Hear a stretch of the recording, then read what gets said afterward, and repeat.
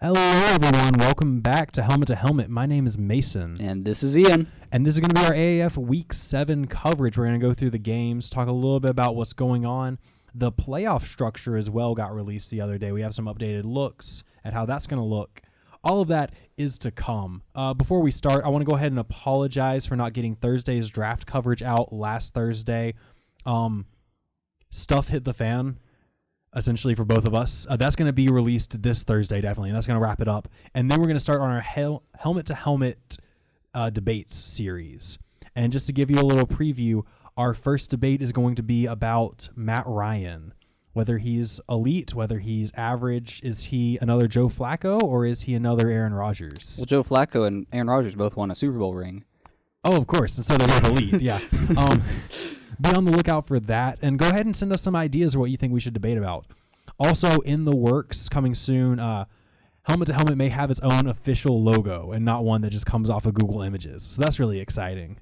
So keep on the lookout for those things. Now let's jump into Week 7. The first game I want to talk about, Memphis and Birmingham. And Ian, I think this is the first overtime game that we've had in AAF history. I believe it also was the very first overtime game that has happened in AAF history in a long 7 weeks, and this is their very first time with an overtime game. And surprisingly, Memphis won. I know, it was exciting. What? The Memphis Express beat the Birmingham Iron 31-25 in overtime. Memphis may be that team you heard about picking up Johnny Manziel, of course, coming out of the CFL down to the AAF. He was reassigned to them, which is really exciting. But he wasn't the star of the show. He looked pedestrian almost. Yeah, it was Brandon Silvers who played excellently. And honestly, I don't know why they took him out the second drive and put in Johnny Football. It was for the fans. It's got to be for the fans. It was right? for the. I did hear them cheering for Johnny Football, but at the same time, as they were cheering for him, I saw Brandon Silvers lead them down into the red zone and score a touchdown, and then I didn't hear them cheer for him again. Yeah, absolutely.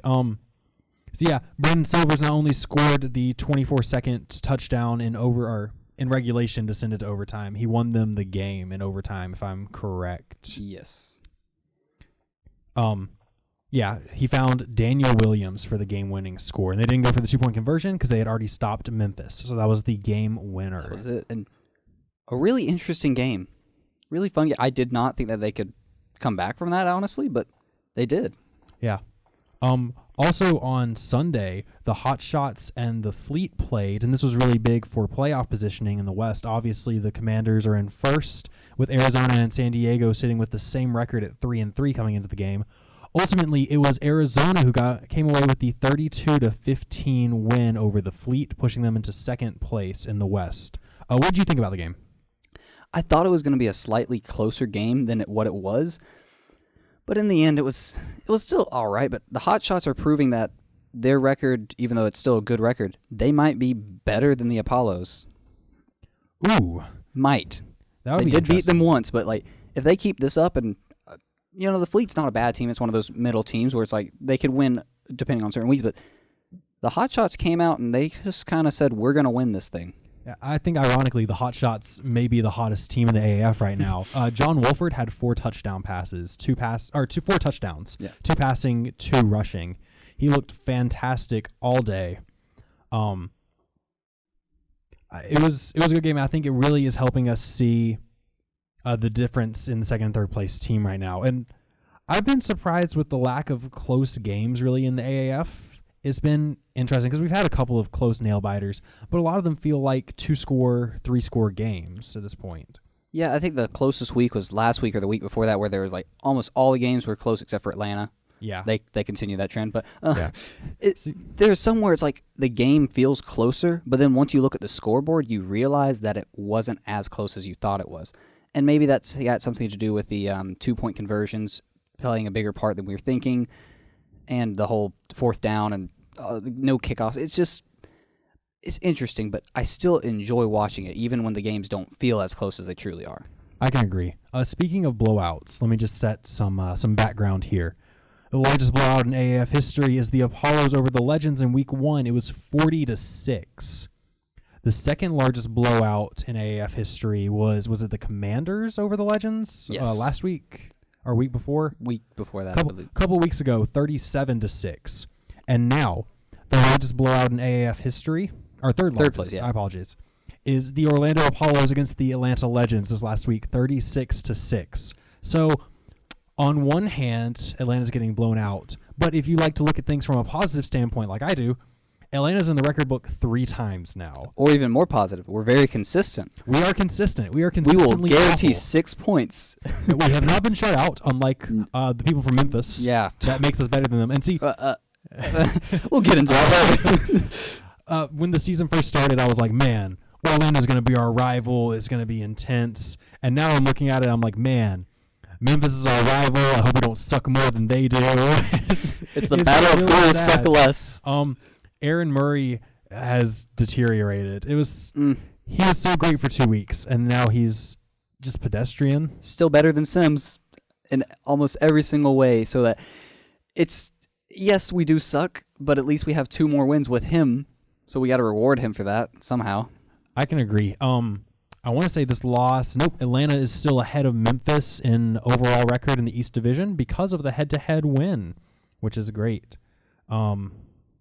In that, anything else you want to say about the game other than it's a blowout? I mean, well, I watched the first drive from both teams, and I said, yes, finally, a close game that Atlanta might have a chance of winning. Yeah, they lost the 2-point conversion at first, but they'll make a comeback, and then I stopped watching after halftime. That's what all the Atlanta games are. They come out and they look so great. And tell me this isn't a trend for Atlanta teams. We always look great in the beginning, and then we fade. We can't close.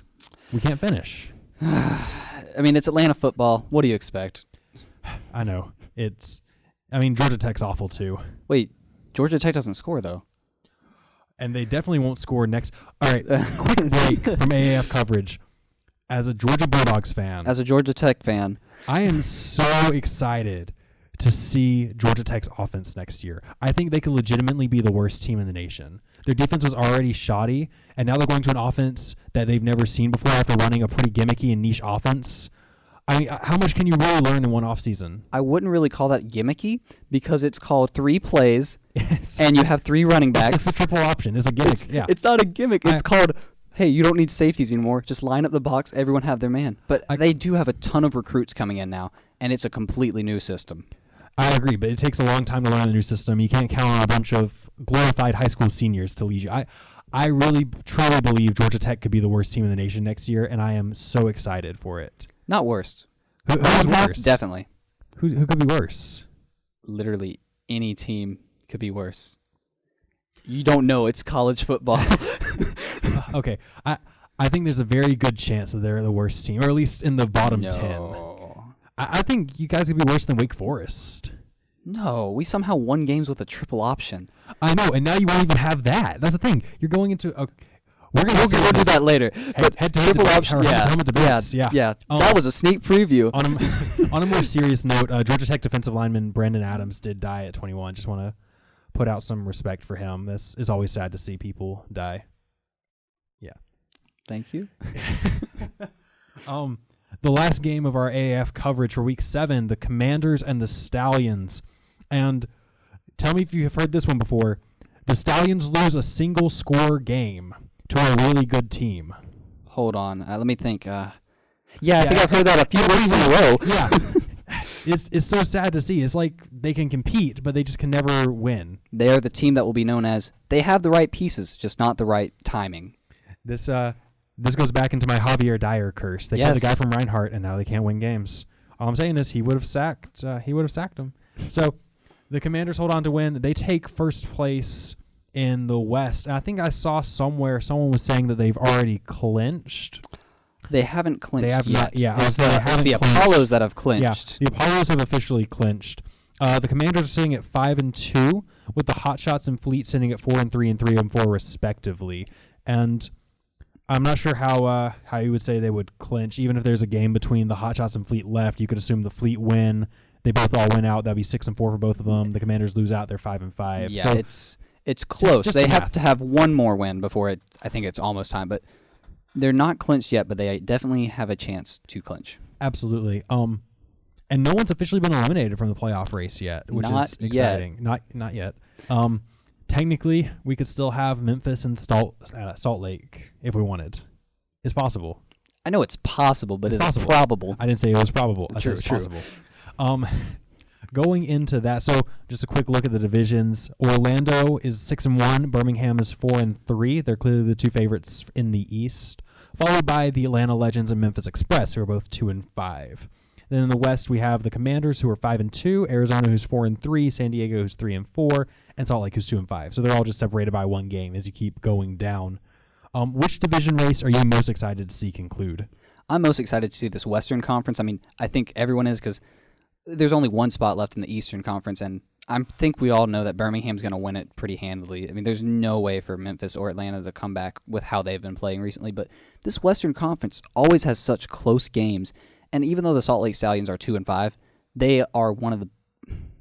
I want to say that they're a better team, but they're better than what their record indicates, and they could win against the Fleet and Hot Shots and the Commanders later on in the season and possibly catapult themselves into that second spot or third spot. I guess it would be second for their division, but that's a fun division. It's close. None of the teams are really that far off from each other.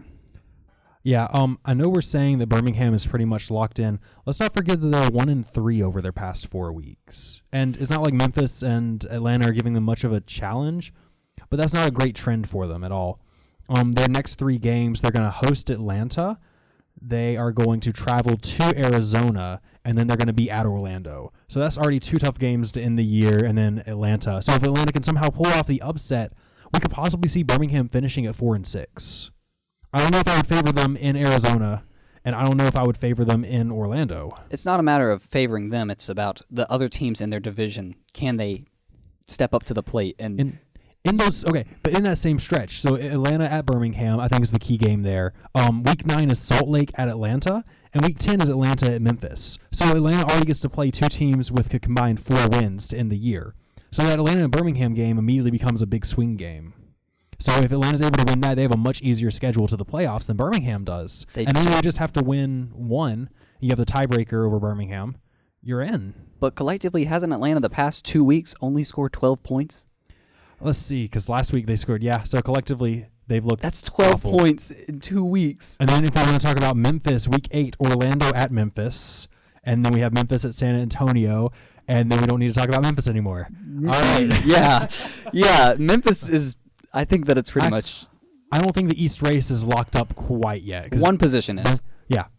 Birmingham is definitely a weaker team than we saw them in the beginning. But I would agree the Western Conference race looks a lot more interesting because even Salt Lake is still in it realistically, because we still have Salt Lake is going to host San Diego, which is an important game. So if they win that, they jump to 3rd by themselves. Then we have Salt Lake at Atlanta, which is a battle of 2 and 5 teams currently, which is a winnable game, even though I just said Atlanta should win that. And then they host San Antonio. So they're in charge of their own destiny. That's the benefit for them. I think that's the cool thing, though, is that all 8 teams really still are. I mean, I guess you could say 7 because Orlando's already really in, but they've won. I think all teams are still really in control here. Mm-hmm. So let's go to our power rankings. If you want to go ahead and walk through your list, and then I'll follow and walk through mine. Certainly. See right here. I'm thinking we may have the same list. Possibly. The Apollos jumped a couple of places in mine. Yeah, I wasn't sure if you were going to make them move up to maybe 7th, but to me, I left them at 1 because first team ever to clinch playoff history, I guess, a berth in the playoffs. Then I have the Commanders, then the Hot Shots, Iron, Fleet, Stallions. This hurts me. Express, and then Legends. So, my power ranking looks exactly the same if we go down through it. Apollos are definitely 1. They're the best team in the league right now. The Commanders are 2. They're following closely behind, and I would almost argue the Commanders have a better defense, especially with Darren Smith patrolling the secondary. I love linebacker Garvin out in Orlando. He looks really great. But the Commanders' defense is just shut down right now. I'm really impressed with them.